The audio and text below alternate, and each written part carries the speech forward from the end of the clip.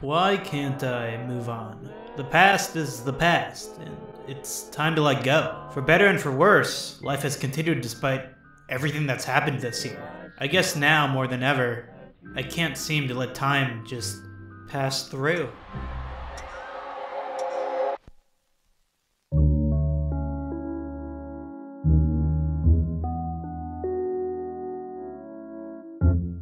It's difficult to try and grasp the reality of the situation. Once again, we find ourselves at the end of another stupendous year here on Earth, one which has left me and a whole slew of others perplexed. Now yes, as compared to the past few years Earth has faced, the year 2022 was nowhere near as aggressive. However, 2022's complexity is as bizarre as the years that have come before, but with a difference. In my mind, this sense of pessimism of a doomed future that plagued the first 2 years of the 2020s has shifted. Although we are not completely out of the woods in the aftermath of the pandemic, much of life has returned back to normal. Despite this, I realize that things will never truly resort back to how they were pre-2020. This year was yet another stepping stone to a better picture of what the 2020s decade will be. It was critical in paving the way for the Earth's destiny as it continuously barrels down to the future. In this year's installment, I have a lot to go over. Not only do I have to get through cultural and political aspects of the year, but also the state of how I'm doing as an individual as well. I first started recapping the year when I was 17 years old. Now as a 23-year-old, I realize that I'm in this for the long haul. It just wouldn't feel right if I skipped out on a year in review from this point onward. In other words, I guess I'm going to be reviewing each year until I physically can't do it anymore, or until I'm dead. In my mind, these year in reviews are not only a summary of the most critical events of the year, but also an annual journal entry of sorts, that establishes not only how I'm doing, but also how my viewers are doing as well. And hopefully, by the time we're through recapping, we'll have a more thorough understanding of what's coming up next. Today, December 31st, we will chronicle the year that was. Not only that, but we will look inwardly and try and predict where we're going. There's much to get into. Ladies and gentlemen, and fellow historians, this was the year known as 2022.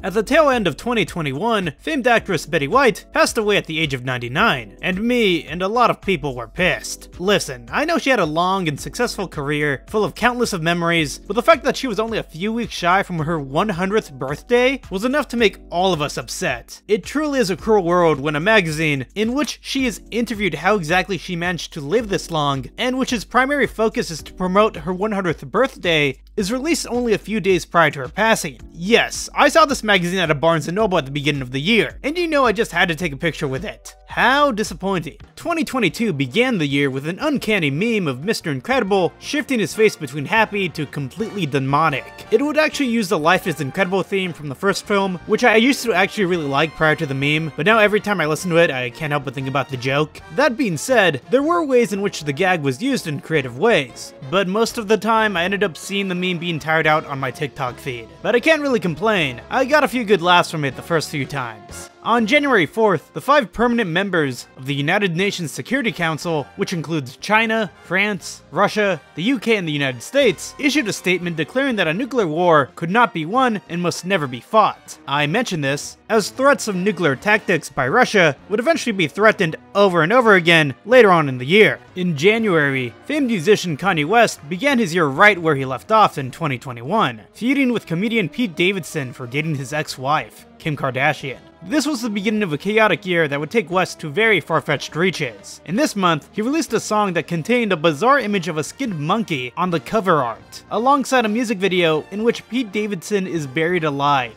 What the hell? It's even more shocking to state that this was one of the more tamed stories he would have in 2022, only for everything to culminate later on at the end of the year. Around this time, he started dating Julia Fox, who was one of the stars in the 2019 film Uncut Gems. You know, for a second I thought Kanye was moving on from Kim, but Julia Fox and Kanye ended up breaking up only a couple weeks later. January 6th marked the 1-year anniversary of the insurrection at the Capitol, leading to politicians to declare the incident on the same level as 9/11 and Pearl Harbor. Listen, I get it. The insurrection was wild, But on the same level of those two, I'm a little more shy to go that far. That being said, in the remembrance of the attack, Speaker of the House Nancy Pelosi got the cast members of the musical Hamilton together to sing a track from the musical in front of Congress. Listen, I like the song, but this was just so embarrassing. Oh my god. January 6th got even worse when YouTuber Ethan Klein and famed podcaster Joe Rogan began to beef with each other over a tweet Ethan Klein made after growing frustrated over Rogan's remarks on COVID vaccines. Let me correct myself. Ethan Klein began the beef and Joe Rogan never responded, with Klein joking that he had the same body type of Joe Rogan and was in the same category of physical fitness, leading to Rogan fans and H3H3 fans fighting on social media. Honestly, the entire situation was kinda funny. Around the same time, Mr. West faced a battery and assault incident. On January 13th, LAPD investigated an allegation alluding that Kanye had punched an autograph seeker outside a nightclub in downtown LA. I remember this being big news when it came out, and I never got to the aftermath until I got to writing this video. In August of 2022, Kanye West was announced not to face charges for the alleged assault, due to no reasonable likelihood of conviction and a careful review of the evidence. At the beginning of the year, the show Smiling Friends premiered on Adult Swim, created by Psychic Pebbles, an animator who had to start creating cartoons on YouTube. As someone who's also on YouTube, who aspires to do things bigger than YouTube in the future, the show served as an inspiration to me of how far a content creator can actually go. I remember being in middle school when Zach dropped Hellbenders, and thinking it was like the funniest shit of all time. To be fair, it's aged very well, and although it's disappointing that Hellbenders never became a full TV show, and the pilot never saw an official release, I'm incredibly glad Smiling Friends came out. While even rewatching an episode, there was a joke that made me think about a recent event.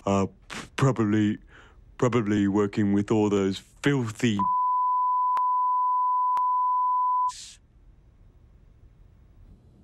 My favorite episode would have to be the Brazil special that would be released later on in the year, in which they had some wacky hijinks in Rio. I know this isn't a popular opinion, but seriously, it's a pretty good episode. Smiling Friends is a highlight of the year. Check it out. By January, the live streaming website Twitch began to crack down on users watching TV for content on their website. Streamers such as Pokimane were temporarily banned after watching a couple TV episodes, and a debate over copyright law began to spread out. Honestly, yeah, you can't really go around watching TV online without providing any means of significant transformation of said product being displayed. However, that hasn't stopped some in the reactionary community. On January 7th, The Weeknd released their 5th album titled Dawn FM. Personally, I really loved it. I'm especially a fan of Jim Carrey's features. There's something about the narration in his voice that's oddly satisfying to me. Favorite songs from this record include Out of Time, Here We Go Again, Less Than Zero, and Phantom Regret by Jim. It was a great start for a year that would provide so much good music. On January 9th, Bob Saget passed away as a result of head trauma. His death came at a surprise, with many Full House fans mourning his death. So this year wasn't too stellar for the royal family. On January 13th, Prince Andrew lost his military titles over a sex abuse lawsuit that, let's be honest, definitely happened. A friend of Jeffrey Epstein, Andrew faced an allegation of abusing a minor at the invitation of Epstein. By March, however, a federal judge dismissed Andrew's case after a settlement was reached between two parties. Prince Andrew, you may have gotten away with it, but your legacy will forever be tarnished. Alright,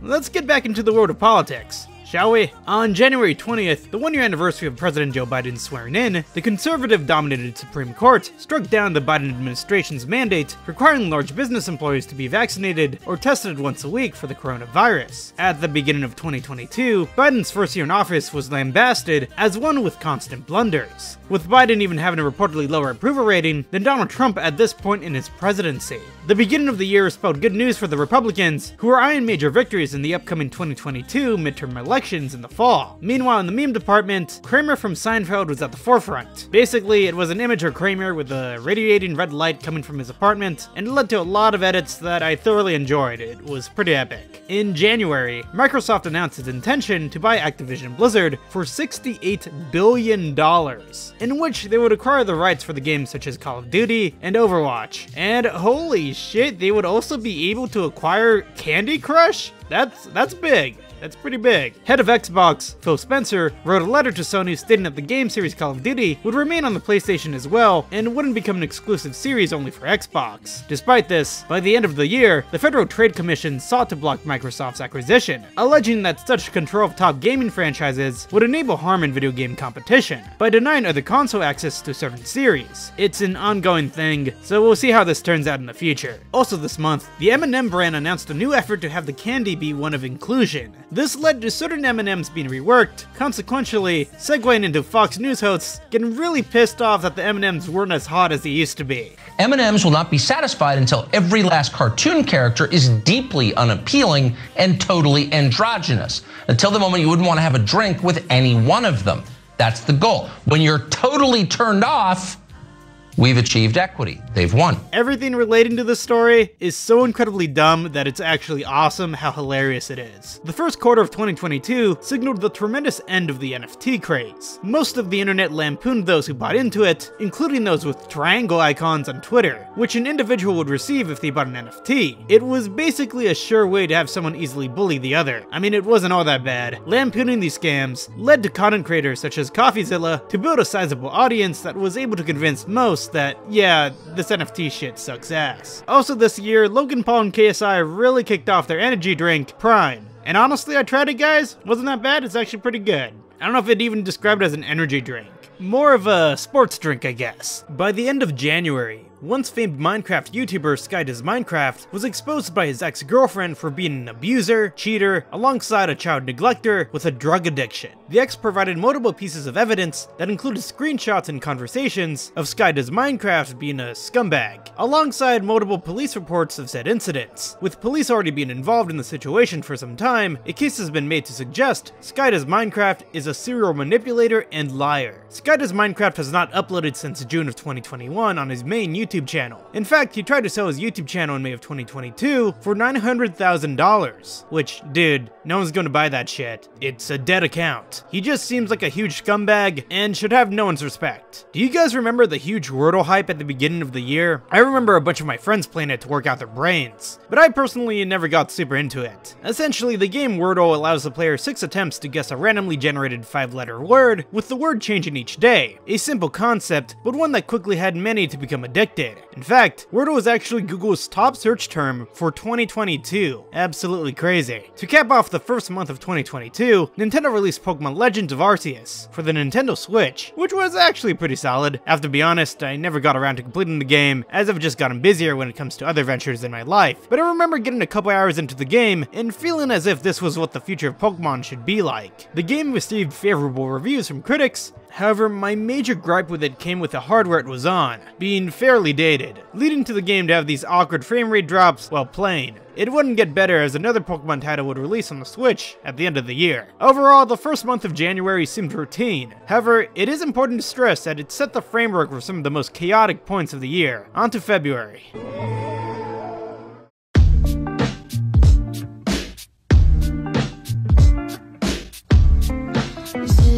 Well guys, I should start talking about how I'm doing. In 2021, I was able to get back on the map when it came to my YouTube channel after a tumultuous year. If you may recall, I ended last year's recap with an optimistic outlook of the future, with nothing but ambition going into 2022. The problem I didn't take into consideration about the first half of the year had to do with my education. Yeah, I had to go ahead and do the responsible thing and finish college. So I was a little sidetracked for the first 5 months. Lame, I know. Despite that, I still tried to find time to upload and experiment with the channel, gaining a couple thousand subscribers in the first half of the year. A small but respectable amount of followers to start off. I guess you could say I was doing okay at the very beginning of February. Of course, I want to talk about you, fine viewer. As I go along ranting about this year's events, I don't want to forget that you yourself went through the entirety of 2022. I want to know how it was, and don't forget to comment below. You don't gotta get too personal, I'm just curious. But if you want to, by all means go ahead. With that in mind, let's discuss the Joe Rogan, Neil Young, and Spotify controversy. So in February, over 200 doctors sent a letter to Spotify demanding that the music streaming service take action against misinformation on the platform discussing vaccines, mainly with the Joe Rogan podcast, in which he had hosted 2 doctors who questioned the COVID vaccines. The letter then inspired the rock artist Neil Young to send a letter to Spotify asking for his music to be taken down from the service. Spotify complied, leading to other music artists to do the same. They did this because they did not want their music to be on the same service as the Joe Rogan podcast, which they deemed as misinformative. Joe Rogan responded saying that the host he had brought on merely had an opinion he wanted to listen to, and that he had no hard feelings against Neil Young. Spotify in response sent out out a new series of rules in an attempt to tackle any further misinformation. Did you guys get that? Because that was a huge mouthful. Kanye continued to make headlines in 2022 with one of the weirdest attacks ever. This time, Kanye demanded Billie Eilish to apologize to Travis Scott when during one of her concerts, she stopped a show to help out a fan who was struggling to breathe in the pit. Kanye took Billie Eilish trying to help a fan as a direct insult to Travis Scott, who hosted Astroworld in the prior year, in which multiple people in the pit suffocated to death. Billie Eilish responded, stating she literally never even said anything about Travis and was just helping a fan, with Kanye never replying back to her statement. The 2022 Super Bowl was held on February 13th, 2022, in which the based Los Angeles Rams went against the Cincinnati Bengals. Listen, I really do not care about football in the slightest, but when it comes to the Super Bowl, as an American, I am legally required to watch it, especially when the team from where I live in is playing. The Rams ended up winning over the Bengals by 3 points. As for the halftime show, the NFL decided to get a bunch of rappers together, and it was alright. I'm a big Kendrick and old Eminem fan, so when he performed Lose Yourself, I thank God that he didn't perform any modern Eminem songs. I'm probably speaking out loud here, but when it comes to Eminem, for some reason at the beginning of each year, I tend to listen to him a lot, and then have my Eminem fill for the next 10 to 11 months. I wonder if you guys are like this with any other musical artists, if you ever listen to them in a certain era of the year. The NFL told Eminem not to kneel during the halftime show, to which he of course did, to spark a little amount of controversy that not many people really cared about. I don't know, if this were like the year 2000 and people still cared about Eminem, then of course. Only part is that no one talked about this. Classic Marshall Mathers. In mid-February, truckers and protesters blocked multiple border crossings in Canada to protest vaccine mandates and restrictions. Fears were made that this would affect each country's economies, which eventually led to Canadian security to threaten to arrest if truckers did not move their vehicles, and even threaten them with the removal of their trucking licenses. For the first time since being introduced in Canada in 1988, Prime Minister Justin Trudeau invoked the Emergency Act, in which various protesters and truckers were arrested, ending the convoy. In February, China hosted the 2022 Winter Olympic Games, with air freestyle skiing and women's monobob making their debut as medal events. I watched a section of the monobob games while at a friend's house, and nothing else from the Olympics. Yeah, I'm more of a Summer Olympics type of guy. That being said, the monobob games, they were pretty interesting actually. The Winter Olympic Games didn't come without any controversies, however, with China's record of human rights issues coming at the forefront, with a Swedish champion from the games stating that it was irresponsible to let China host. China attempted not to get too involved when it came to politics, because questions having to do with whether or not Taiwan was a divisible or indivisible part of China while at the games led to China to be persistent in its refusal to answer such controversy. For them, it was any other time except for now. One of the funniest things to happen while at the ceremonies, however, would be Putin being caught in mid-sleep while in the audience. He would have a couple big days in the weeks ahead. On February 20th, the Queen tested positive for COVID, leading to brief panic from Buckingham Palace. However, her symptoms were relatively mild. On February 21st, the long-running PBS show Arthur came to an end. I remember reading the books and watching the show during my early developmental years, and loving all of its segments. Not to mention my love for the funniest episode of all time, in which Arthur goes like scorched earth and punches his sister DW. Funniest shit I've ever seen. In the end, Arthur is all grown up alongside his friends, revealing that he was the writer of his own book series. Arthur, actually very sweet. You guys remember how it said that Vladimir Putin would have some big days in the later section of February? Well, here it is. It was unprovoked, but this is what Russian President Vladimir Putin unleashed on Ukraine as the sun came up this morning. The 2022 Russian invasion of Ukraine began on February 24th, 2022, with the build-up to it being widely in the public eye. For months on end, Ukrainians were waiting at the border to prepare themselves for a long war, with many fleeing from the country, causing the largest refugee crisis since the Second World War. Not only that, but the attack has been described as the largest European invasion since World War II. So here's context. In 2014, Russia annexed Crimea. Putin told the Russian people that his intention in Ukraine was to demilitarize and denazify a nation he deemed as part of Russia. He stated that he was saving the Ukrainian people instead of destroying them. Western experts say that the true reason for the Russian invasion is to prevent Ukraine from joining NATO, with the Kremlin viewing NATO expansion as a fundamental concern. NATO, however, stated that they had no intention right now in admitting Ukraine into the alliance. Furthermore, Russian expansion and a yearning to return to the giganticness that was the Soviet Republic could also be at play. What we do know is that Putin viewed the collapse of the Soviet Union with distaste, viewing it as one of the greatest catastrophes of the 20th century. So there you have two perspectives of why this war is going on, leading to many innocent casualties. Watching the news of such a terrible event led to many to be glued to their TV screens, eventually being greeted with this.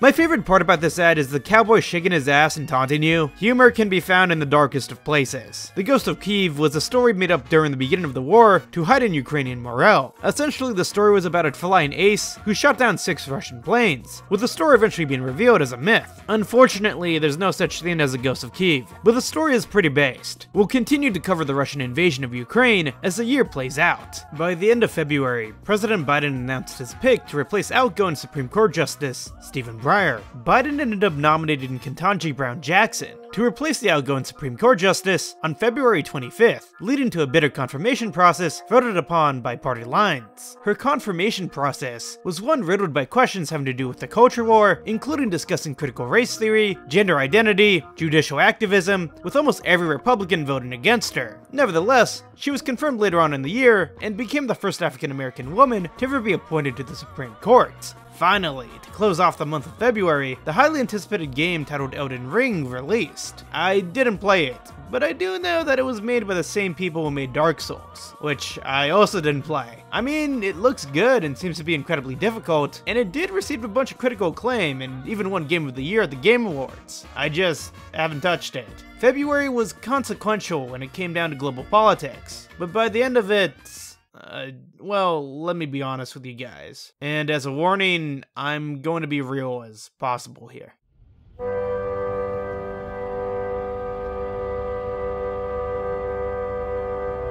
Trust me, I know this section will appear as jarring, especially when it comes to the flow of this video. This may be the most vulnerable I've ever been about a subject, but I feel as if I'd be lying about how I was doing this year if I didn't pour out how I was feeling. Even now, I'm debating whether or not I should keep this in. How I was feeling during the month of February was shattering. On February 10th, a longtime best friend of mine passed away, and they meant so much to me. They had always believed in me since day one, back at the beginning of 2016 when I had about 50 subscribers or so. They told me that one day I'd be at 100,000. He was a tremendous motivator and quite literally the funniest person I ever knew. I think about them every day, how they were to others, their various mannerisms and thoughts. How it all ended honestly still haunts me to this very moment. And you know, wherever they went afterwards, I hope they're okay, and I'm going to miss them for the rest of my life. They were one of a kind, and they were a best friend. I'm going to miss you, buddy.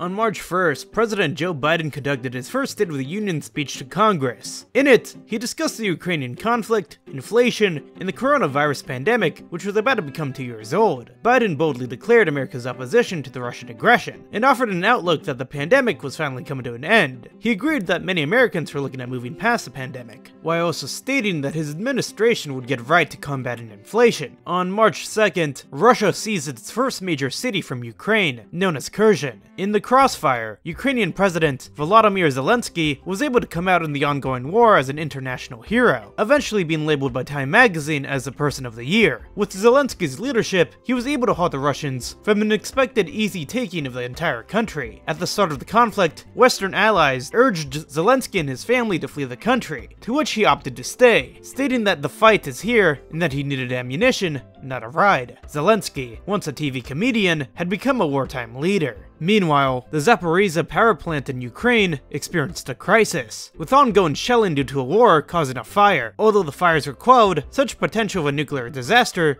sparked fears of an upper-scale nuclear power plant explosion. I think we need a break from the heavy stuff, so let's talk about 2022's rising star. On YouTube, I Showed Speed completely dominated the landscape. A 17-year-old kid, he was able to go from 3 million subscribers to 15 million subscribers by shouting and barking his way to the top. He's not been able to get there without controversy, due to the edgier nature of his jokes. He also caught himself in a crypto scam as well, which was also disappointing. But hey, at least his Talkin' Ben series was somewhat entertaining. I don't know, I didn't watch it, that's what I hear. On March 4th, The Batman was released. I thought it was alright. The problem was that when I went to go see it, I did not realize that it was going to be 3 hours. So I almost completely destroyed my bladder having to hold in my pee. I thought the Riddler was pretty cool, especially since he ended up being revealed to be a loser. But at some point while watching the movie, I'm just like, Batman, come on, just solve this thing already. That's how bad I needed to go. Shout out Robert Pattinson for making Batman incredibly socially awkward. A funny thing that did happen was that in celebration of the Batman's release, Robert Pattinson held a party and invited Pete Davidson. While there, Kanye West's music was played. Davidson was not able to escape the grip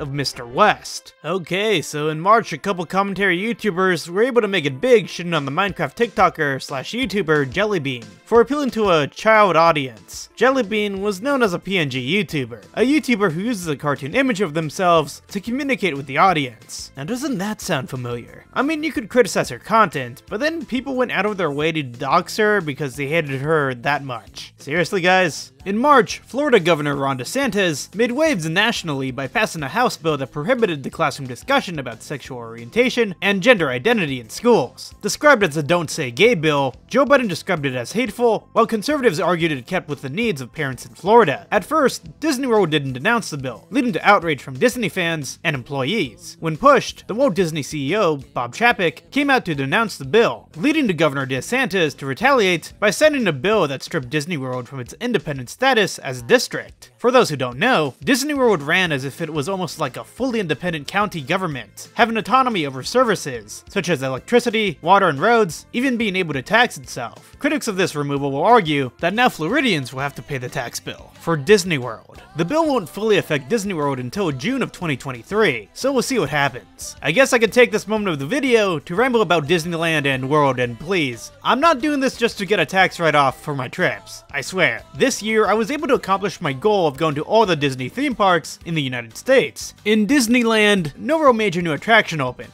However, I did go a lot this year, and it's primarily the reason why I don't upload as much, and why I need to stop doing that. Guys, in 2023, I'll do better. I swear. As for Disney World, I fell in love with going to Epcot, Hollywood Studios, and even Animal Kingdom. Expedition Everest is seriously one of the most fun rides I've ever been on. I was really impressed by the ride Mickey and Minnie's Runaway Railway. Seriously, one of the best rides I have ever been on. It's adorable and the queue is pretty sick. I also saw Muppet Vision 3D and absolutely loved it. I really hope they never take this show away, because it truly shows how genius Jim Henson was in crafting such a fun and technically impressive show for its time. Alright, Disneyland theme park talk is done. I should seriously just make another channel talking about Disney theme parks because I love them so much and can go on and on about it. By mid-March, the US was dealing with record high gas prices, and dear God, it only got worse as the year went on. I live in Southern California, as I've said so many times, and would have to commute about 30 minutes each day to get to my university, and I still don't know how I managed to survive that era of my life. In the world of football, Tom Brady announced that he was retiring from the game, but then later said never mind and that he was just going to stay in. Hey, more money for him. TikTok had an insane year, competing against YouTube Shorts, to which YouTube has tried really hard to promote it. I may end up using it one day as a way to promote some of my smaller projects, but I really hope the upcoming increase of monetization for Shorts does wonders for content creators heading into 2023. That being said, TikTok did have a pretty epic trend surrounding this kid,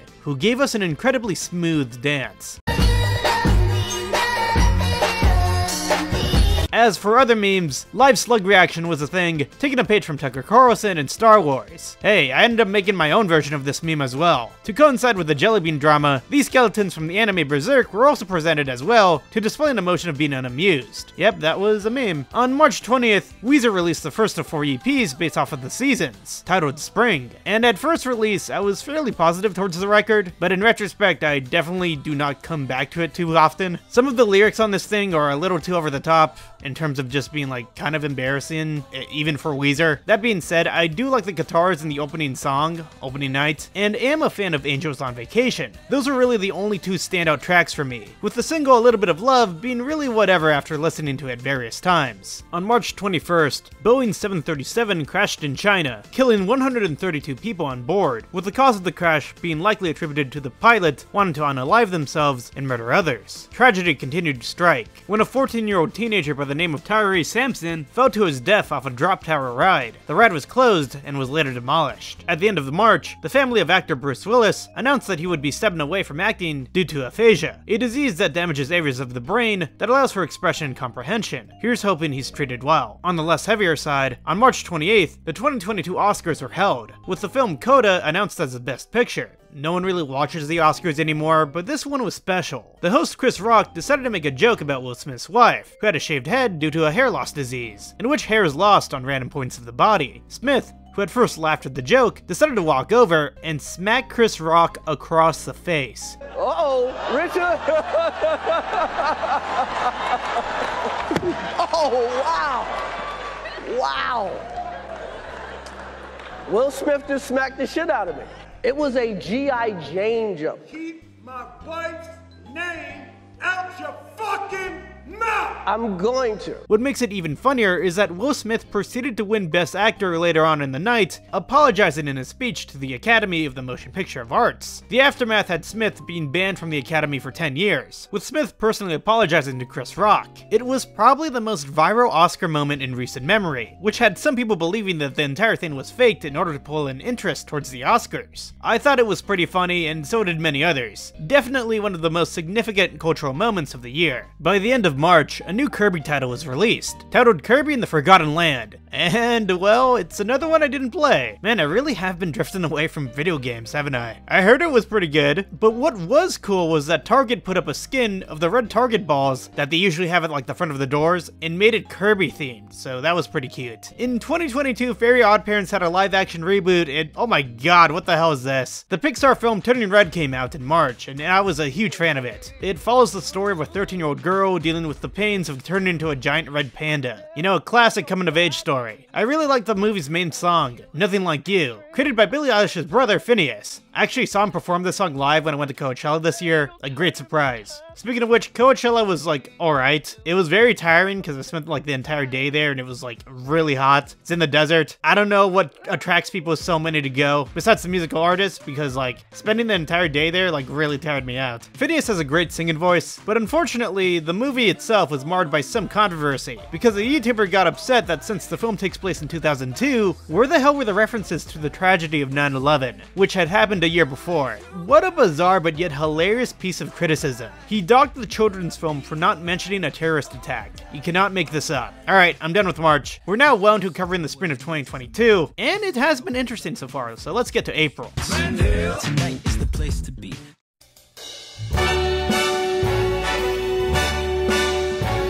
Me and my friends went to New York City for the first time in our lives back in April, and we went there for a variety of reasons. For one, to experience the culture capital of the world, to eat some great pizza, and even to watch some Broadway shows, which was an amazing experience by the way. Watching a Broadway show is unlike anything I have ever witnessed. It's totally crazy how they do it. I was just so impressed by the effects. But I was also there to visit the on-site location of where the music video Doing Your Mom was filmed. Shout out to Ray William Johnson, who brought back his animated cartoon band, Your Favorite Martian, this year. That's how you know 2022 was truly legendary. Sonic the Hedgehog 2 came out while I was also over there, and it was pretty solid. Glad to see that Sonic was there right before the pandemic hit, and was there as the pandemic came to a close. On April 1st, a subreddit was created which had millions of users contributing to one giant canvas piece. People got super excited over it, and honestly, it was a nice fun experiment. On April 3rd, the worst mass shooting in Sacramento's history occurred in which 6 people died. Suspected to be carried out by multiple shooters, President Biden reacted by calling on Congress to work on new gun measures. It would only get worse in the coming months. In April, the Ukrainian city of Bucha was home to atrocities committed by the Russian army, in which over 400 bodies laid on the city streets. That Russian soldiers shot anyone who resisted Russian presence or looked suspicious. It was a bleak reminder of the complete brutality of war. On April 12th, a man entered a Brooklyn subway and shot fire at passengers, putting on a gas mask and throwing 2 smoke grenades into the train. Fortunately, no one died, but 10 were injured by gunfire. The man was later arrested and has pleaded guilty for his crimes. In lighter news, Barack and Michelle Obama were invited back to the White House, with Joe Biden hosting his former boss. Funny enough, everyone in the press room seemed to ignore Biden, who was walking around aimlessly, not knowing what to do, as everyone was giving Obama all the attention. It didn't get better for Joe, when it was suspected that a bird pooped on him. However, it was later revealed to be distilled grain from the farm Biden was visiting. On April 1st, the film Morbius came out, spawning countless memes that were kind of epic, if I'm being honest. Okay, listen here, the Rotten Tomatoes score may have received a 15%, but what really mattered in the end was that the movie was shitty enough for people to still care about it for months on end. Thank God for the ravageness that is Jared Leto. A highly anticipated remaster of the LEGO Star Wars games came out in April, and surprise surprise, I didn't play it, although I love the originals. I heard heard it was generally good. The game wasn't revolutionary when it came to LEGO titles, but still fairly fun. Maybe one day when I'm old,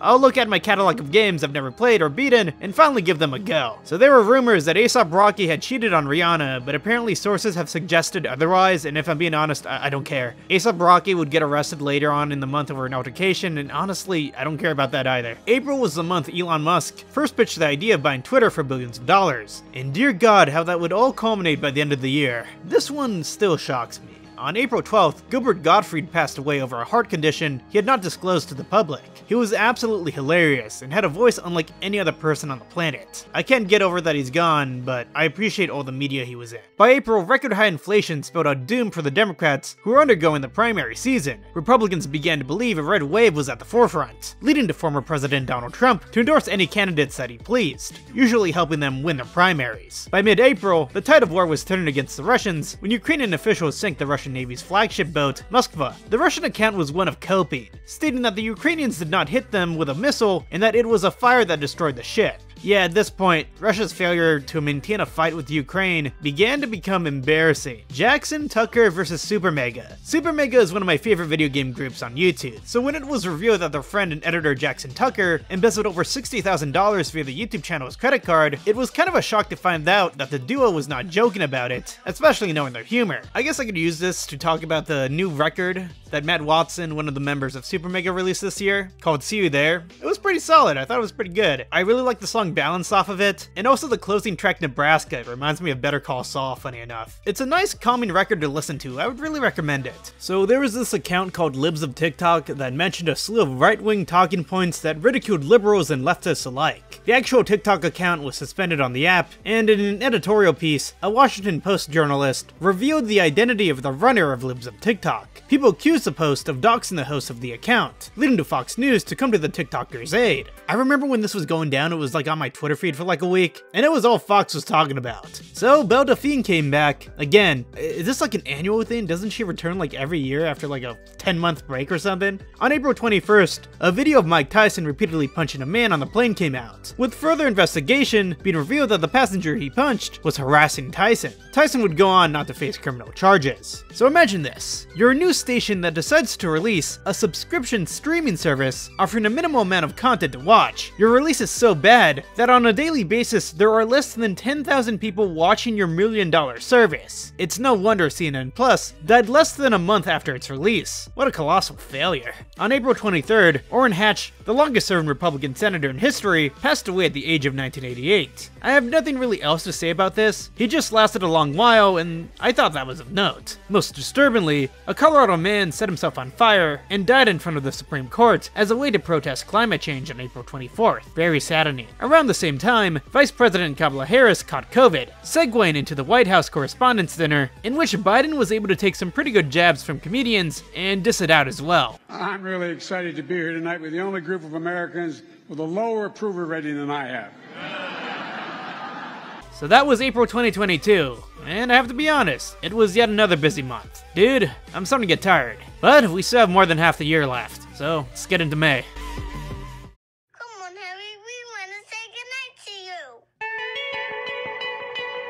you. By the beginning of May, Harry Styles had taken the world by storm with his newest record, headlined by its lead single, As It Was. A stellar song, it actually gives me nostalgia of my college graduation, which happened in this May. Yep, that's right. Your boy graduated college. He got his bachelor's in history. It was one of the most surreal days of my life. Seriously, to all those that helped me get that far, I sincerely appreciate you all. I was the first one in my family to graduate college. An incredible feeling. It was revealed that Pete Davidson ended up tattooing the names of Kanye and Kim's kids on himself, which made it funnier when he and Kim ended up breaking up later on in the year. Pete, why would you do that? Madison Cawthorn. So this was probably my favorite story to come out from the midterm season. Cawthorn was a Republican representative from North Carolina, running for re-election. He was almost a shoo-in to win his re-nomination bid, until allegations came out that he had done a bunch of stuff that one would label as gay. Cawthorn was like, "Ayo, no, that's not me. And then a bunch of pictures and videos came out of him doing gay things. What's funny is that there is a theory that all this news only came out because Cawthorn went on an interview and stated that he was invited by other Republicans to join in on cocaine orgies.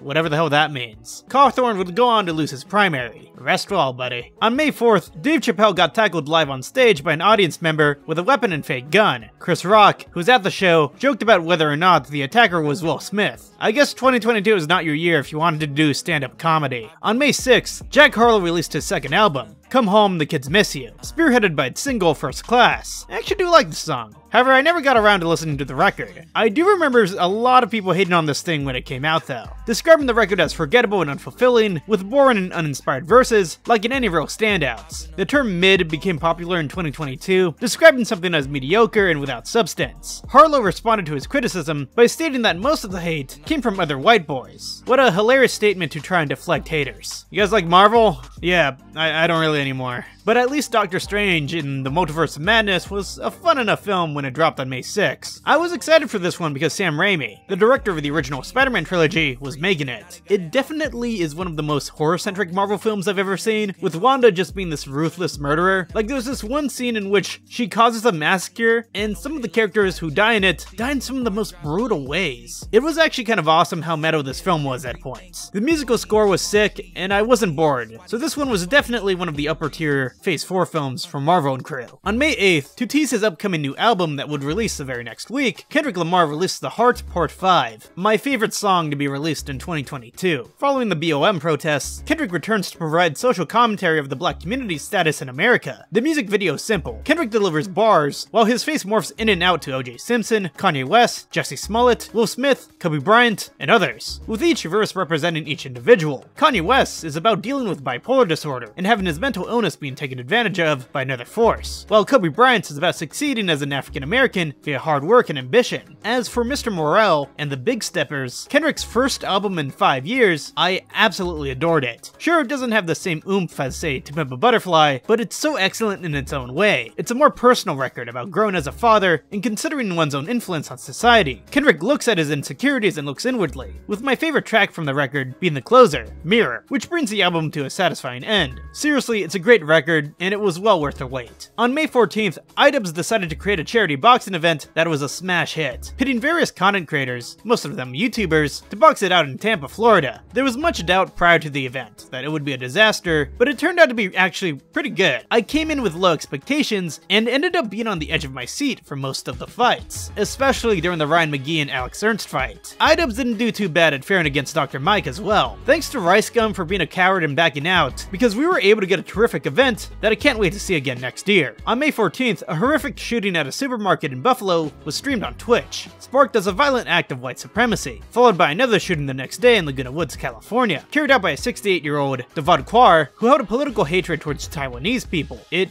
only got worse. When on May 24th, a mass shooting carried out by an 18-year-old occurred in an elementary school in Uvalde, killing 19 children and 2 teachers. The aftermath of the shooting was more frustrating when it was revealed that police officers waited over 1 hour before breaching into the classroom, with investigation over the response declaring the incident as a complete systemic failure of poor decision-making. Politically, the Democrats called for stricter gun control. In the Texas governor race, Governor Greg Abbott was confronted by his election opponent, Beto O'Rourke, over an inability to change gun laws, leading to O'Rourke to be kicked out. Sir, you are out of line. Sir, you are out of line. Please leave this auditorium. I can't believe you're a sick son of a bitch that would come to a deal like this to make a political issue.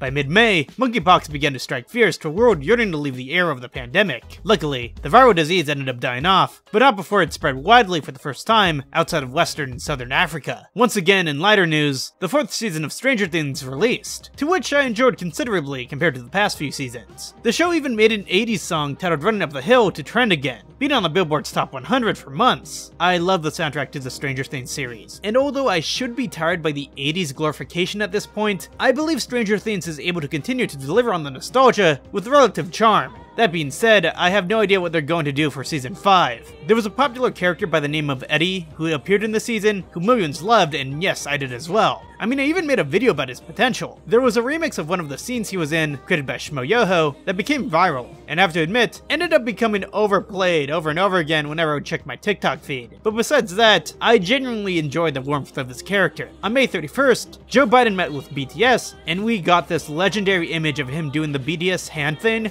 Thank the Lord. In BTS news, they announced in 2022 that they would be on hiatus until the year 2025, as they have to serve mandatory military service for South Korea. Guess we'll see them again in like 2 years. To celebrate the 1-year anniversary of his acclaimed Inside special, Bo Burnham released some songs that never made it into the final cut. I was personally a fan of Bezos 4 because I'm a sucker for songs that sound like they're from the 1940s to 1950s. The summer season kicked off with the release of 2 summer blockbusters, including the Bob's Burgers movie, a musical which me and my friends just could not get into. Sorry Bob's Burgers fans, we ended up walking out of it. Guess it just wasn't for us, but with that in mind, I did like the song Sunny Side of Summer from the musical, and that villain song, although ridiculous, managed to give me a couple laughs as well. True Kino was the release of Top Gun Maverick, a film that I wanted to watch at first as a meme, but was actually surprisingly good. Seriously, for a sequel to a movie that came out in 1986, it did a great job at not being overly reliant on nostalgia, and created its own story that encapsulated modern audiences. I would argue that this was the first real summer blockbuster since 2019, doing so well that the movie managed to hit nearly $1.5 billion in the box office. Yeah, I'm thinking it was pretty based, in true utter American cinema. To close off May, we had the release of the Better Call Saul animated spin-off, Slipping Jimmy. Yeah,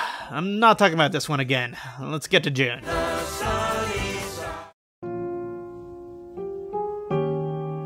After months on end of being publicized, the Johnny Depp and Amber Heard trial came to an end, with the jury ruling that the alleged violence and domestic abuse accused by Amber Heard was an attempt to defraud the famed actor, with Heard having to pay back Depp $15 million in damages. Johnny Depp responded to the verdict, stating that the jury had given him his life back. The trial was widely reported upon. You couldn't scroll through social media without watching various clips of it. In the aftermath, Johnny Depp was rumored to also close in on a $301 million deal with the Disney company to return as Jack Sparrow in the next Pirates of the Caribbean flick. A representative of Depp stated that the deal was merely a rumor, but Johnny Depp may actually be in behind-the-scenes talks with the mouse for quite possibly a bigger deal with a larger amount of money. On June 8th, a man traveled to the home of the Supreme Court Justice, Brett Kavanaugh, in an attempt to assassinate him and then to unalive himself. Once arriving there, he called the police on himself and turned himself in, stating that he was upset over a leaked draft of a Supreme Court decision that would overturn Roe v. Wade, a court decision which upheld abortion in the United States. The leak ended up becoming true, when later that month, the Supreme Court overturned Roe v. Wade, returning the decision to have abortions back to the states. The decision caused a gigantic uproar, with protests descending all over America, defending the right to abortion.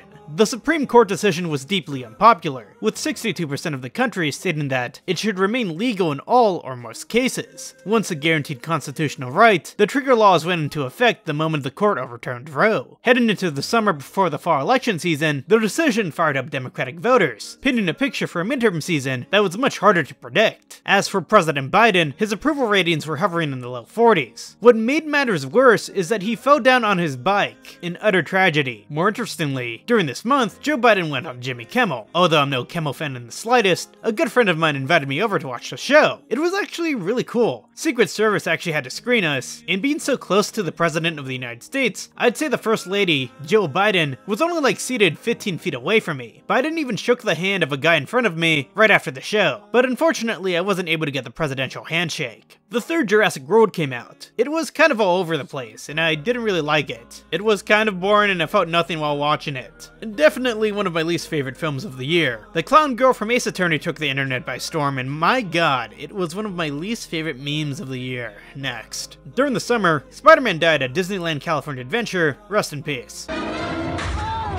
By the summer, Graggle Simpson became a trend as a lost character from The Simpsons. You know, a lost character. Something I've been able to profit off of. Thanks everyone. In June, JoJo released the single Glimpse of Us, leading to many people within relationships to question whether or not their significant other was thinking about their ex while with them. And honestly, the song, although incredibly depressing, is so good. It became a smash hit that summer, different from the other upbeat tracks in the Billboard 100. At the beginning of the summer, gas prices sucked, but you already know that because I've complained about it already. But damn it, I'm going to do it again. Living in Southern California can be a pain in the ass sometimes. Drake dropped a new album nobody cared about, but hey look, Weezer released their summer EP this month. I liked it more than their spring EP, but still was fairly forgettable for myself. Something I noticed while listening to these EPs is that Rivers likes to switch up the song halfway through with some epic guitar riff, which usually is good or really jarring. There is no in between. With that being said, I really like the single Record and the closing track off of Summer as well, a relatively okay EP from the band.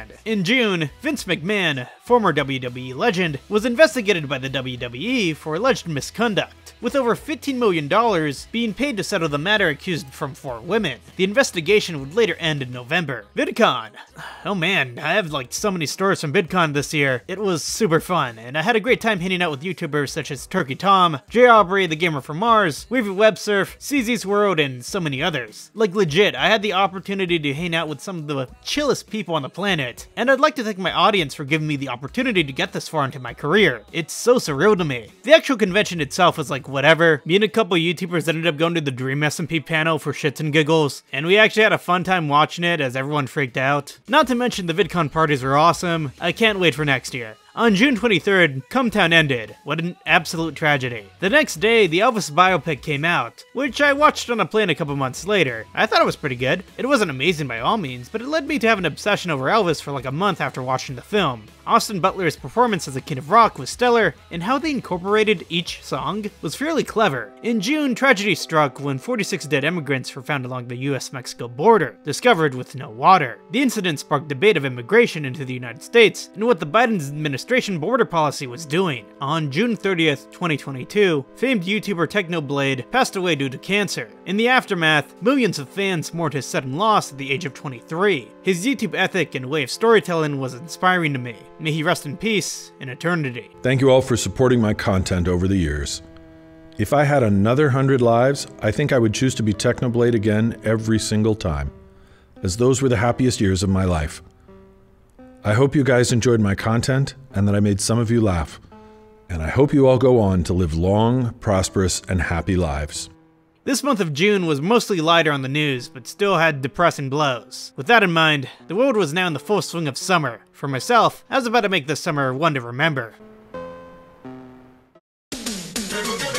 July. Okay, I had no more school left. The only thing I wanted to do now was make videos and grow my YouTube channel, to which I did, heading from 60k to 80k by the end of the summer. During the summer, the artist Young Gravy dominated with the song Better Get Money, in which he sampled Rick Astley's Never Gonna Give You Up. Hey, I know some people hate this song and I find it cheesy, but I actually really like it, and I'm proud to say that. It really had me up during the summer, especially since my YouTube channel proceeded to grow like no other time in its life. Minions came out in July, and it was freaking epic. A lot of people followed a TikTok trend and showed up to the movie premiere wearing suits, which is funny because I did the same thing, but instead of Minions, I showed up in a suit to watch Sing 2. The new Thor movie came out, and wow, it was really bad and the worst movie I saw all year. Marvel, what the hell are you guys doing? The humor that came with it was so over the top that it was just really annoying and painfully unfunny. The show The Boys came back for another season, with various memes stemming from the show. I heard it was pretty good. I have to give it a watch sometime. There was a song called Flash by Freddy that appears in the show, and it became this huge TikTok meme.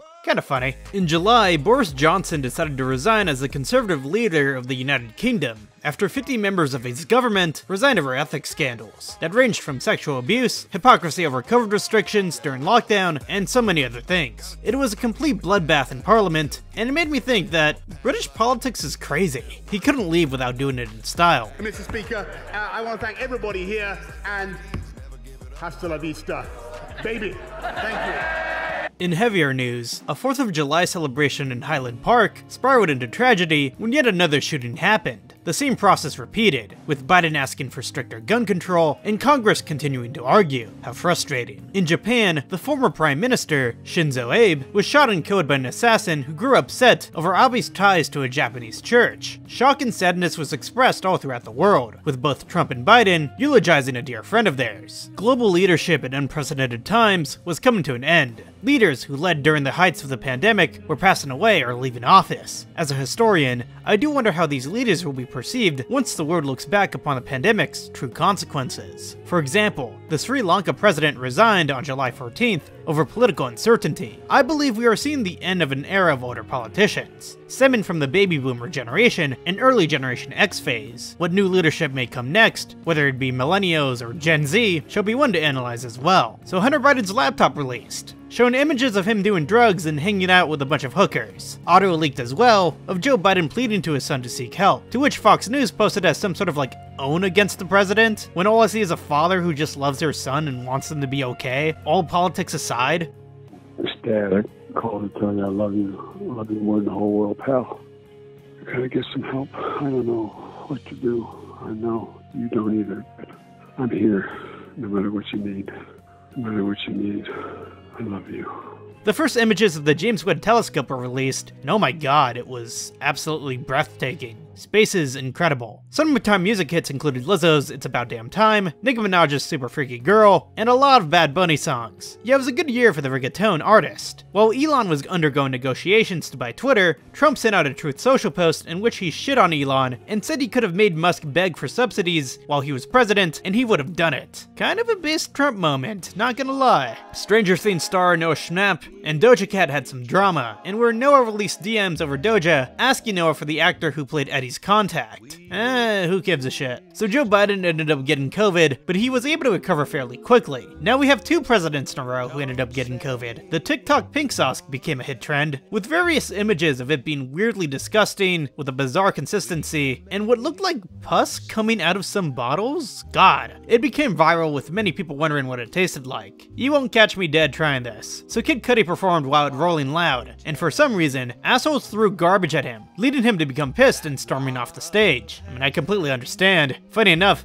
Kanye performed on the same stage, and a couple months prior, Kid Cudi and him beefed, with Kanye demanding Cudi to disassociate himself from Pete Davidson, to which Cudi found ridiculous to appease to, and calling Kanye a dinosaur. In July, Yu-Gi-Oh! Creator Kazuki Takashi died by drowning in a courageous act trying to save 3 people who were caught in a rip current. A man responsible for so many childhoods, he will be severely missed. Andrew Tate. Okay, let me try and sum this up in the most concise way possible. Andrew Tate is an online influencer who runs a university in which he somehow takes money from naive teenagers and early adults to sell a course that tells the listener on how to make more money and how to get women. He has made many controversial statements, which has led him to become banned on various forms of social media. He was huge during the summer, but because of the bans, you hardly hear from him anymore. Same can be said for his clone, who would also get popular this year by the name of Sneeko, whose marketing was similar to Andrew Tate's. As inflation continued to rise, so did fears of recession, with some economists suggesting that the US is already in an economic downturn. Now the severity of this economic turmoil is still in question, but it's not looking great. Finally, to cap off July, the world began to ponder a deep question.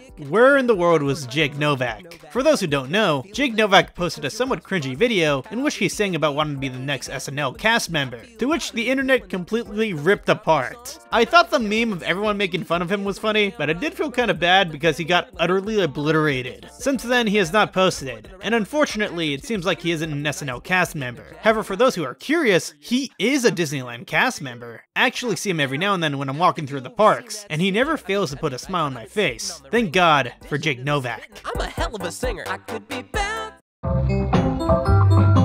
In August, Nancy Pelosi landed in Taiwan, to which China got pissed and made threats against the United States, leading to the Chinese government to cope and seethe. Alex Jones stood trial over false statements he made about Sandy Hook, in which Jones was ordered to pay back $49 million in damages to Sandy Hook families. It got even worse in October, when he was told that he had to pay an additional $965 million. Holy shit. In the weeks leading up to the fall election season, Donald Trump's home in Mar-a-Lago was raided by the FBI, and where nuclear-related documents were received, alongside a slew of other classified information, painting a poor image of Donald in the public eye. HBO Max decided to take away various cartoon shows on its streaming service. Why, you may ask? Well, because I guess they wanted to cut costs before merging with Discovery Plus. It sucks. Anthony Fauci decided that he was done with his career and decided that he would step down from the government in 2022. Yep, no one cares. By August, the city of Texas had kept sending migrant buses to Washington, D.C., New York, and Chicago to pressure the Biden administration of restrictive border laws. As of the end of 2022, Texas keeps on doing this, to which the Biden administration has refused to appease to. The Biden administration decided to commit to student loan forgiveness, announcing that the U.S. would attempt to cancel over $10,000 in student loans from borrowers making under $125,000 a year. An act popular between college circles. I mean, yeah. Despite the executive order, federal judges have made attempts to halt the student loan forgiveness. At this moment, we're still unsure about the fate of the executive order. In August, MrBeast hit 100 million subscribers, eventually topping PewDiePie for most subscribed individual on the entire platform. Hard work and ambition can get you far, kids. Every now and then I tune into a MrBeast video. My friends say they move by fast, but I don't know, I find enjoyment in them. I think they're entertaining. I do like MrBeast as a creator as well, and I really admire his work ethic. There was this meme about the One Piece being real, whatever the hell that meant. Yeah, sorry, I don't watch One Piece. I just don't have the time to shift through 1,000 episodes. But I still found the meme pretty funny, especially when they used Dark Fantasy by Kanye West. Another meme had to do with this corn kid who really liked corn. A remix would be made about his corn obsession, leading to another new hit trend. I mean, good for the kid, but at some point I got so tired of hearing the same remix play over and over again on my TikTok feed. Yeah, this is a common occurrence. On August 30th, an enormous figure in Russian history passed away. Mikhail Gorbachev, who was present during the end of the Cold War and transformed Russia's trajectory, passed away at the age of 91. His legacy reduced nuclear conflict, and he presided over the Soviet Union being dissolved, a truly significant individual. And the higher you rise, the more they're gonna hate you. Good. Good. You rub their noses in it. You make them suffer. You don't matter all that much to them. So what? So what? Screw them. Remember, the winner takes it all. In August, the Breaking Bad spin-off Better Call Saul came to an end. It's hard to articulate just how much this show meant to me. I'd been watching it since day one, kept up with each episode each week, anticipating what was next for the story of Jimmy Miguel. Without spoiling it, I can safely say that without this show, I would be a completely different person. Its cinematography, characters, setting, and so much more was truly unlike anything that came before, and anything that will come afterwards. It was and will always be my favorite show of all time. I even got a pair of friends from all over the country to come over so we could watch the finale of the show together when it came out. A memory I will always hold in my heart. I mean, we wore suits for it. Thank you, Better Call Saul. I'm going to miss you.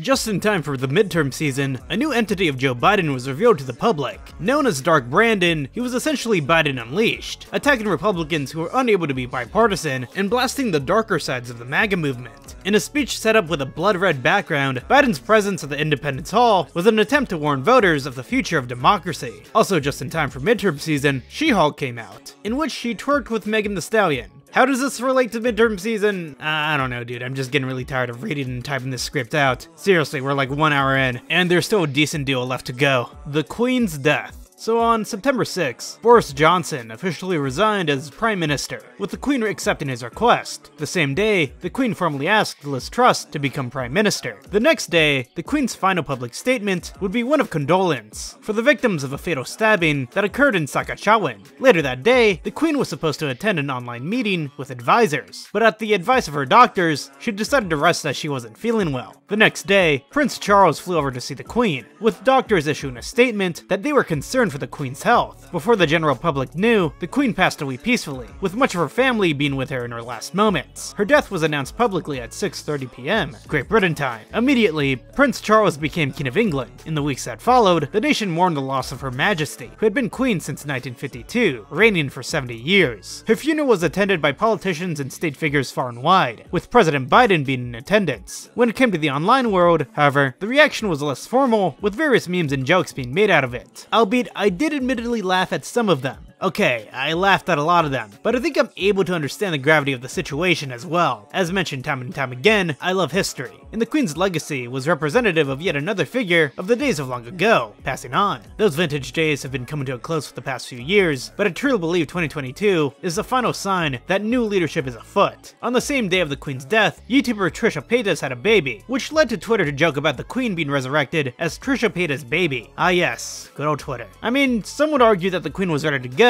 when on the same day, it was announced that Sans from Undertale won the throne of being Tumblr's #1 sexy man. Yes, there's an actual competition for this. Anyways, Drake and Anthony Fantano had some beef after Fantano joked about Drake DMing him about a vegan recipe for chocolate chip cookies. I guess Drake didn't take the joke too kindly, because he then sent an actual DM to Fantano, stating that his existence was a light one, and was surprised Fantano was able to marry a black woman. Fantano responded by saying that Drake couldn't destroy him with his own rating system, as he created it. This was just hilarious. Splatoon 3 came out. I didn't play it, but I heard it was pretty good. But you know what I will play? Pikmin 4. It got announced in September, and if I'm being honest, this has been the first game I've been excited for in like 4 years. This is huge. Okay, I have not been looking forward to covering this because it's just so complex, so I'm gonna try to get through it as fast as possible and as concise as possible. Alright? World War Twitch. Where do I get started? So basically, famed Twitch streamer XQC announced that he wasn't going to go to a thing called ShitCamp, where other streamers were going to be in attendance. Hassan Abi caught out XQC last minute, starting a feud that would span throughout the drama. Around a week later, XQC had a very public breakup that was live streamed in front of 150,000 viewers. On September 18th, a different Twitch streamer by the name of Silker was accused of scamming his viewers and friends of over $300,000 in order to fuel his gambling addiction, to which he admitted to.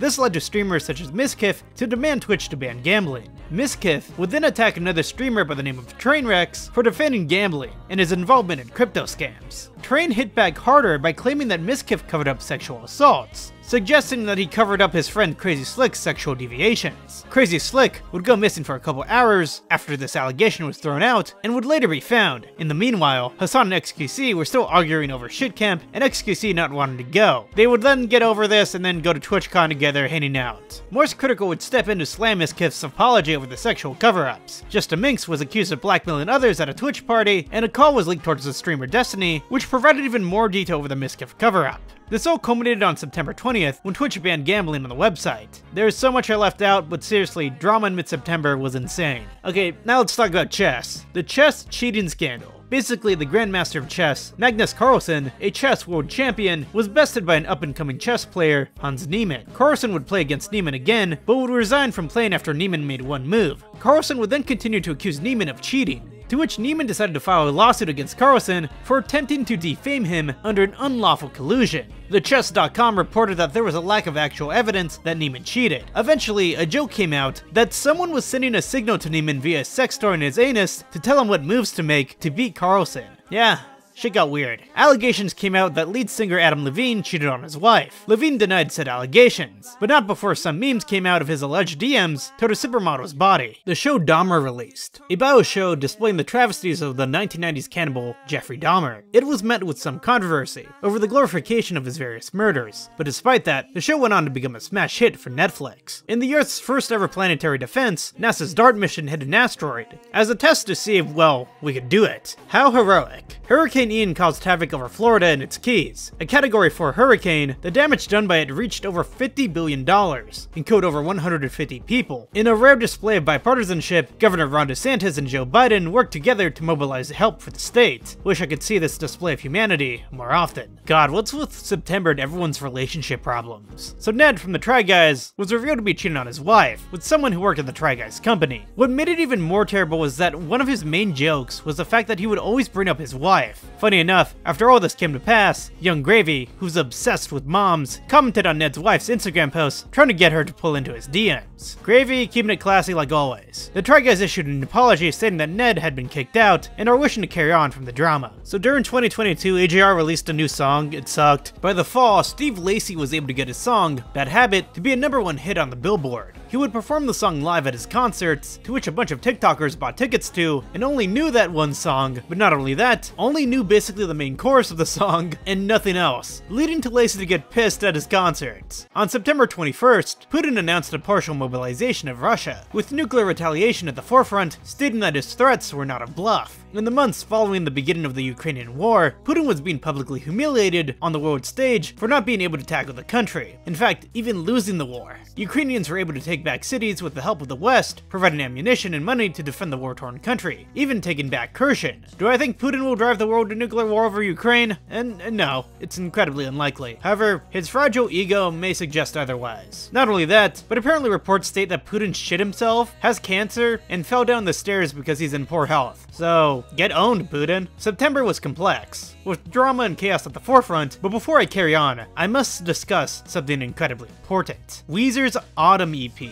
which came out on September 21st. Okay, it was pretty epic, and easily my favorite EP of the 4 from the season's release. It received a weird mix of reviews, with some people disliking it, but I really dig the opening track, the single What Happens After You, and also really love Run Raven Run, one of the best Weezer songs of all time. The fact that Rivers decided to use the bridge and later half of the unreleased song Pacific Sunset sent chills down my body when I first listened to it. What made it even more kino is that I was taking a walk on the beach while first listening to the song, which really helped set the tone. Sure, some people may say it's forced, but it sounds good and that's all that matters to me.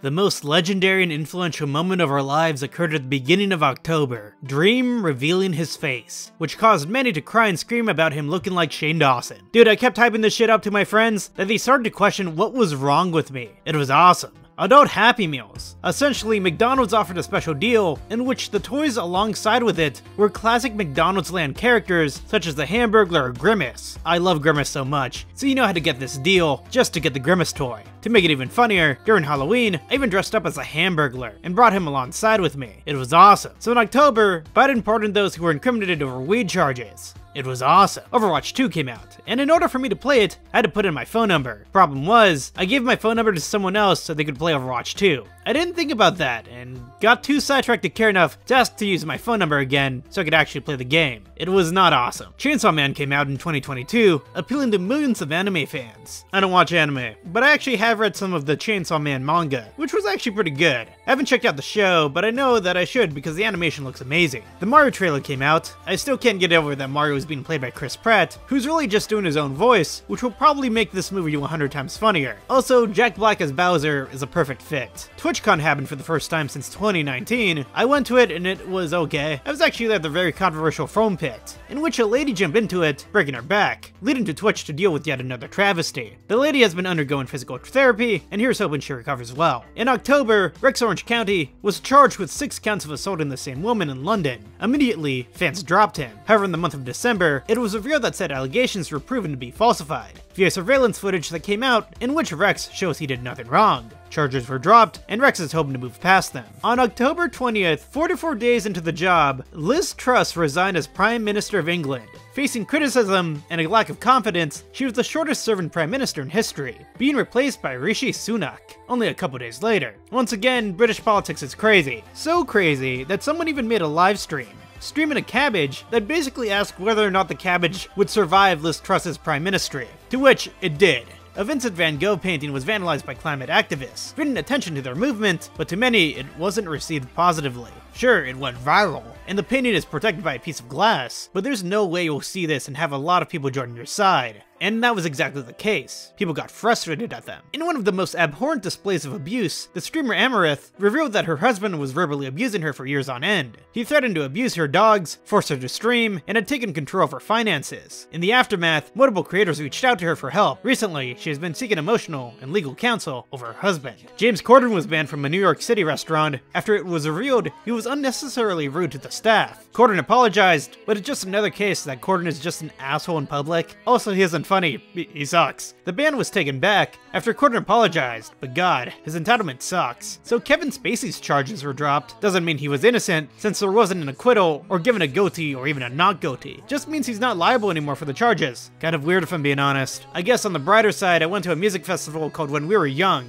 a festival advertised way earlier in the year. It was awesome to spend a weekend in Vegas with various friends listening to emo music and admiring all the nostalgic bands. People thought that the entire thing was going to be a train wreck, and it wasn't really. Sure, the first day didn't start off great because it had to be canceled due to high winds in the Vegas region, but that was the city of Vegas asking When We Were Young to close for the day, not really the fault of the festival. I'll be going again next year. It was really great. My Chemical Romance was fantastic. In fact, I'd actually seen them the week before with a friend in a much closer setting to an absolutely amazing set list. Seriously, in 2022, I learned to love My Chemical Romance. Me and my friends got so hyped when they did Black Parade. Not to mention All-American Rejects and Paramore. Dude, it was so fun. Midnights by Taylor Swift came out on October 21st, and to be honest, I didn't really feel this one. I mean, the song Anti-Hero is pretty solid, but what also disappointed me was not the fault of Taylor Swift, but trying to get tickets for her 2023 concert tour, in which Ticketmaster just shit the bed and would be kicking out people from even getting tickets, who are already in queue for hours. When it comes to Ticketmaster, the Biden administration is also taking measures to limit the costs of these dumbass, like, bullshit online fees that they implement on tickets that add usually like 30 to 60 bucks. It sucks. Honestly, a President Biden W. 10 years after the release of Call Me Maybe, Carly Rae Jepsen made a comeback on TikTok with her latest single having one of the catchiest hooks ever. Good for her. Nancy Pelosi's husband was assaulted at their home, with Paul Pelosi being attacked by an aggressor with a hammer. Paul Pelosi faced a skull fracture. Conspiracy theorists went cuckoo and suggested that the attacker was actually Paul Pelosi's gay lover. You cannot make this shit up. As we enter the final quarter of the year, I realize that we are fastly approaching the end of 2022, but we have to get through the holiday months. Exhausting, always.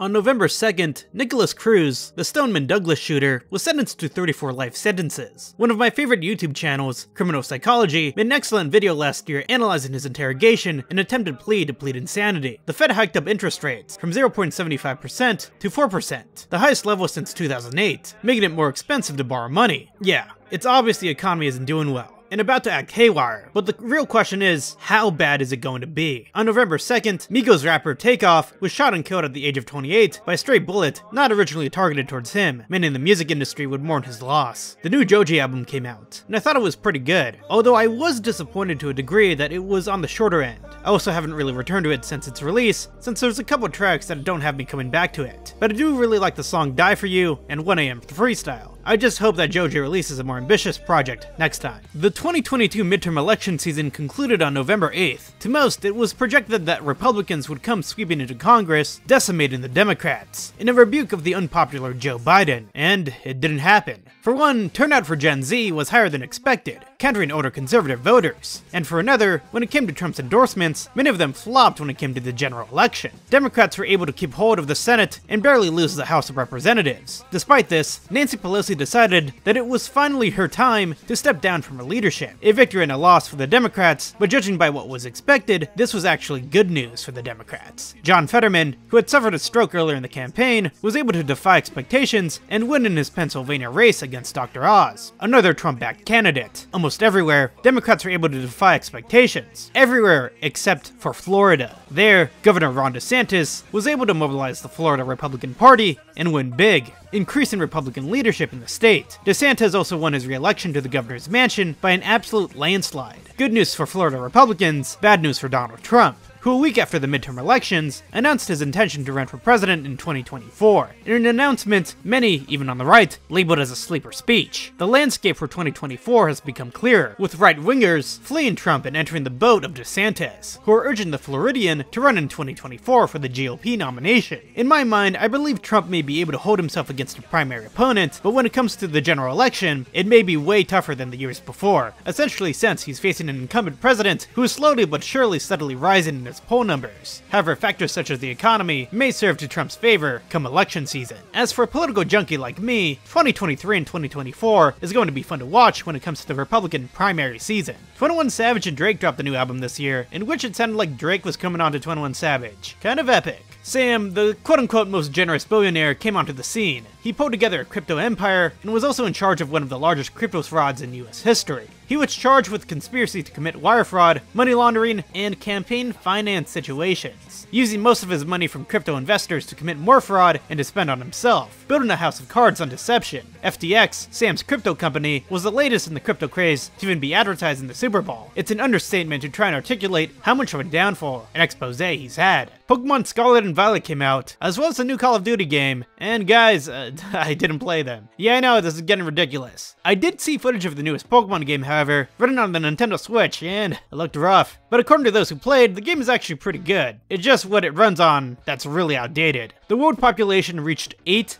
billion people, a major milestone in the history of humanity. We even have a symbolic person who serves as the 8 billionth baby, a girl born in the Philippines. How adorable. Jay Leno was in a car fire. to which he suffered severe burns all over his body. I actually do like Jay Leno, so this was sad news, but thankfully he's okay, and it looks pretty good despite the burns. Okay, this is going to be so annoying to go over due to all the complexities. So Elon Musk ended up buying Twitter at the end of October for $44 billion. He commenced his status as chief of Twitter by actually bringing in a sink into the Twitter headquarters. You know, let that sink in. Musk revamped Twitter by installing a new verification system in which the Twitter user would spend $8 per month to be verified. On November 4th, Musk laid off half of Twitter employees as a price cost-cutting measure. On November 10th, he warned Twitter staff of the company's dire financial situation. Musk issued an ultimatum to Twitter staff to commit to hardcore working conditions or be let go. Many employees decided to leave the company. On November 19th, Elon Musk reinstated Donald Trump's Twitter account, to which he tried to get Trump to get back on to post, and Trump didn't fall for the bait, he just stayed on Truth Social. By the end of November, Musk stated that Apple was threatening to remove Twitter from the Apple Store due to his continued amnesty of past Twitter accounts that had formerly been taken down. The next month, Musk installed Twitter posts to now have view counts, and also conducted a poll asking whether or not he should stay as CEO of Twitter, to which a majority of people said no. He then also decided to release something called the Twitter Files, in which published emails from Hunter Biden's laptop were at the forefront. There's so much, and honestly I'm tired, so that's the most you're getting from me when it comes to Musk's takeover. I'm so tired, dude. Let's get to the last month of the year and finish off this journey.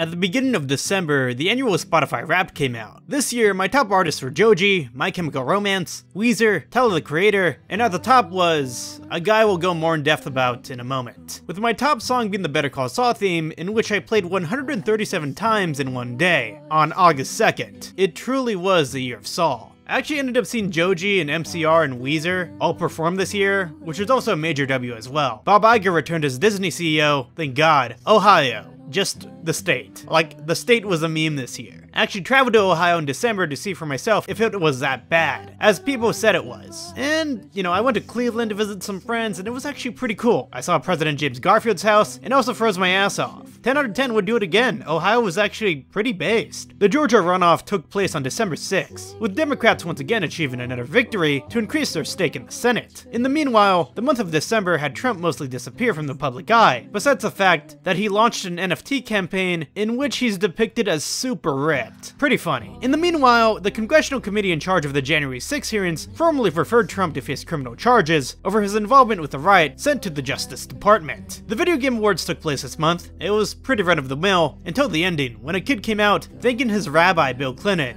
That was awesome. I think I want to nominate this award to my Reformed Orthodox Rabbi, Bill Clinton. Thank you, everybody. The 2022 World Cup. It was pretty good, besides the fact Mexico didn't perform too well. Yeah, I don't really care too much about soccer, but when it comes to Mexico and the World Cup, my dad has made me a fan. The games took place in Qatar, and faced a series of controversies surrounding Qatar's human rights issues, as well as a series of other problems. As for the games themselves, Japan displayed civility by cleaning up after themselves after each match of theirs, with their soccer team even leaving their soccer room incredibly clean. The US may have lost against England, but it doesn't matter because America is still #1. In the finale of the games, Argentina was able to acquire its first champion title since 1986 with a penalty shootout victory over France. The final had many on the edges of their seats, with some people going as far to say it was the greatest World Cup game in history. The main character of the games, Argentinian player Lionel Messi, returned back home as a hero to Argentinians, with the image of him holding the World Cup trophy quickly becoming the most liked photo on Instagram. Seriously, I love the World Cups, and I can't wait to go to one here in the United States in 2026. The show Wednesday came out, becoming viral on TikTok over a dance shown in the show. The show follows the daughter from the Addams family in high school, up to deviousness. Guess what, guys? I haven't seen it, but hey, I heard it was good. To cap off the year, James Cameron blessed us with the sequel to Avatar 2, a film 13 years in the making. It's doing pretty well, but I really just love the memes of people overhyping this movie as it's a great messiah.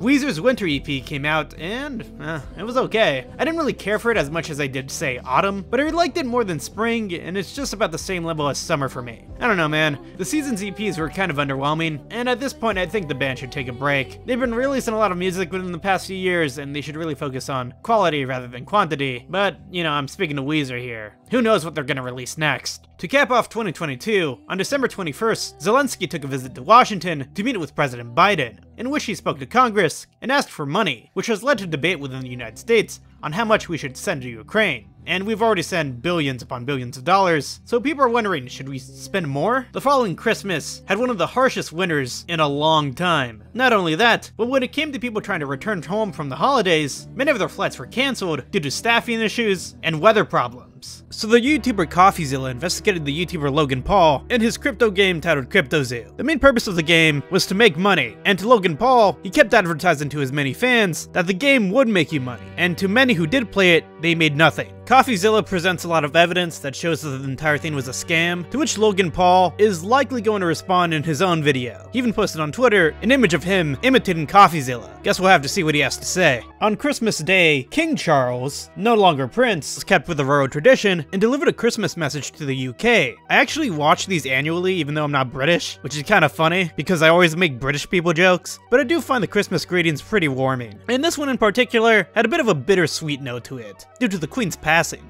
The movie Black Adam came out in October, so why are we talking about it in December? Well, because unfortunately, Dwayne "The Rock" Johnson wanted this movie to become a series, and be it as his first outing into the superhero genre. However, the movie ended up being a box office bomb. Failing to recoup its total cost after marketing and distribution costs, it will likely not get a sequel. So apparently Black Adam was going to fight Superman, you know, the DC Universe version of Superman, but James Gunn, who's going to be ahead of the DC Cinematic Universe in the future, said that that version of Superman isn't going to come back. So now, Dwayne "The Rock's just like, you know, he's not sure what's gonna happen next to his character. So check this out, at the end of December, Greta Thunberg, yeah, do you remember her from 2019? As a big climate change activist, she replied to a tweet Andrew Tate made, basically like, showing off, like, his cars, and how they're really bad for the environment, and you know, whatever. Basically trying to bait Greta Thunberg to respond. Greta responds back with a tweet stating to please enlighten her about Andrew Tate's emissions from his car by sending inquiries over to smalldickenergy@getalife.com, eventually becoming one of the top 5 liked tweets of all time. Andrew Tate responds, basically being like, no, I'm not owned, with a video of him like smoking and him saying like, well, actually Greta, you're the one who's saying you have a small dick, because it's in your username. In the video, he shows a pizza box that says Jerry's Pizza. And you gotta keep in mind, this isn't confirmed in any way, it was just a statement made by a Twitter user. But the alleged story is that Romanian authorities were looking for Andrew Tate over sex trafficking allegations, and because of this video, they found out that Andrew Tate was actually in the country of Romania, and since they saw the pizza box, they managed to go to his house and arrest him. It's still a developing story, there are falsehoods and there are other things. Apparently Andrew Tate is now tweeting as well. We'll see how this plays out in 2023. Finally, for our last story, Barbara Walters passed away on December 30th, a TV legend. And I'm lying to you guys a little bit. This isn't our final story. And, well, guys, I've been saving to cover this last because I have no idea what to think. That's right, you're not Hitler, you're not a Nazi, you don't deserve to be called that and demonized.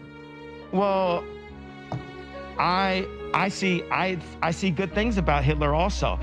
Every human being has something of value that they brought to the table, especially Hitler. On October 3rd, 2022, Kanye wore a White Lives Matter shirt with conservative speaker Candace Owens, followed by an appearance on Tucker Carlson a couple days later. The interview had Kanye defending his take on abortion and playing around with the idea of running for president in 2024. A couple days after the interview, Vice leaked excerpts from the interview that didn't make the final cut in, where he made various anti-Semitic statements and discussed fake children, and where he claimed fake kids would come to his house to manipulate his own children. On October 7th, Kanye argued with Puff Daddy, claiming that Puff Daddy was a man working for Jews. On October 8th, for the first time in 2 years, Kanye West tweeted, poking fun at Mark Zuckerberg. At first, it was humorous, until Kanye tweeted out on October 9th that he was about to go DEFCON 3 on Jewish people. Immediately, this set off alarms all across Twitter and beyond that. This is when things started to turn even further downward for Kanye. Kanye West would be dropped by Chase Bank following his anti-Jewish statements, with a former TMZ reporter revealing that Kanye had praised Hitler and the Nazis back in 2018 when he made the infamous "slavery is a choice" statements. Apparently, Kanye originally wanted to name the record Ye as Hitler, one of my favorite records of all time, and the record I associate with the friend that I lost earlier this year, which was incredibly painful to hear about. On October 14th, Kanye appeared on Drink Champs, ranting about what he believed as Jewish Zionists, alongside bizarre statements about George Floyd, later on being sued by Floyd's daughter. On October 17th, Kanye went ahead and made the decision to purchase the app Parler, a conservative social media platform The next day, Kanye would label himself as a Jew in an interview. On October 25th, Adidas ended their $1.5 billion deal with Kanye over his Yeezys, kicking him out of the billionaire club. On October 26th, Kanye would show up to the Skechers headquarters and then would be kicked out. So many more brands followed suit in dropping Kanye. On October 29th, Kanye doubled down on his anti-Jew statements, showing a spreadsheet of Jewish executives and entertainment. Eventually, InfoWars employees reached out to Kanye and put him in touch with Milo Yiannopoulos, a far-right speaker. As November continued on, Kanye tweeted about his former trainer, Harley Pasternak, leaking messages of the trainer threatening Kanye. By November 20th, Kanye had been spotted hanging out with another far-right winger, Nicholas Fuentes, famous for spearheading his America First movement. On November 21st, Kanye announced his run for president. On November 23rd, Kanye showed up to Donald Trump's home in Mar-a-Lago to have dinner with him, alongside Milo and Nicholas Fuentes. Trump, who had no idea who Fuentes was, accepted to eat with them. Kanye suggested to Trump for him to be the vice president, angering Trump, as Trump had just announced he was running for president around a week prior. Theories would later come out that the entire dinner was a setup to pressure Trump. However, this has not been confirmed. Kanye would state that Trump was screaming at him in his meeting, with Trump later calling Kanye a deeply troubled man. On November 26, once Kanye was pushed back by Tim Pool over his anti-Jewish sentiments, he stood up and left the meeting in anger. Kanye would record an intro for America First, Nick Fuentes' online politics show, with Nick and Milo beginning to tweet from Kanye's account. On December 1st, Kanye West and Nick Fuentes appeared on InfoWars, in which Ye made statements saying that he loved Hitler, denied the Holocaust, and made a bizarre Netanyahu joke, with him allowing Alex Jones and Nicholas Fuentes to tweet from his account during the show. The world would react negatively towards Kanye's statements, with even President Joe Biden denouncing him. Kanye had officially put himself in a place he could not come back from. Later on in the day, Kanye would claim that the Jews needed to get over the Holocaust, posting a picture on Twitter in which it was a swastika inside the Star of David. Elon Musk would privately confront Kanye, eventually leading to Elon to suspend Kanye off of Twitter. As for Nick, he would be dragged into a food fight at an In-N-Out in the coming days, while Milo was ousted from the Kanye West presidential campaign, begging to be taken back into the race. Kanye would go on to call Musk a half-Chinese hybrid like Obama, and then release a single that would debut on InfoWars. And I don't know. I loved Kanye. I loved his music. I still like it to a degree, but every time I try to listen to it, I can't do the classic separate the art from the artist thing, because every time I do, I just think about what he's said. And, he was one of my biggest role models due to his work ethic and sheer ambition. Yes, Kanye is mentally ill, but that doesn't excuse any of his actions. In fact, the man who got me into Kanye was a friend I lost earlier this year. He showed me his music around 2 or 3 years ago and would tell me about how much this guy meant to him. How much Mr. West meant in the upbringing of his life. He was the biggest Kanye fan I ever knew. I'm just here trying to ask myself, what would he think about what's going on? Would he be as disappointed and roughed up about it as I am, per se? I don't know. I find it odd that ever since their passing, the world has kept moving on without him. And I'm just ready for this year to end. I'm just really tired of making this. Can't the future just wait? Can't the deadlines come fashionably late? I could push every goal back, take control back. If they roll back the rate at which time start to fly. Never landing or standing by, never taking a break, ever making me retry. With nickel and dime every quarter to two, but maybe it's time to let time pass through. Now you'd never know it from the headlines, but 2022 was a great year for good news. 20 years ago, clean sources like solar and wind energy provided about 8% of US power. This year, a record over 38%. Remember these headlines? Ebooks will kill off printed books. Amazon will kill off bookstores. Well, maybe not. 300 new independent bookstores opened this year and last, with 200 more coming soon, with far more diverse ownership than before. But remember, bad news breaks suddenly, but good news is happening everywhere, all the time. I can't just rewrite decisions when life gets strange. Should I go with my gut on which door I should chat? I'm unsure, I keep exploring this route, but what good is time without change? At At the end of the year, we take time to remember and honor some of the well-known people who left us. They are artists, entertainers, athletes, and politicians. And while we are sad at their passing, we are comforted by what they left behind, their spirits, their songs, and so many wonderful memories. So what's with the attention we keep on giving them? Why are we still spending so much time dreading our lives instead of living them? Why do we try to divert the river when the water is what will deliver us where we need to go?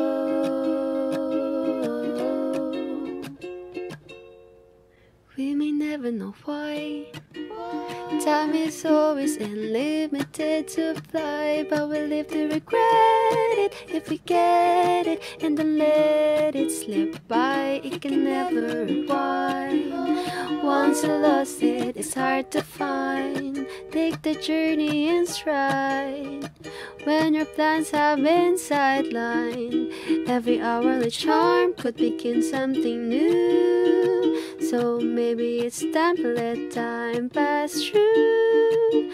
Not passing by, but passing through till the well runs dry. Just passing through. I choose me.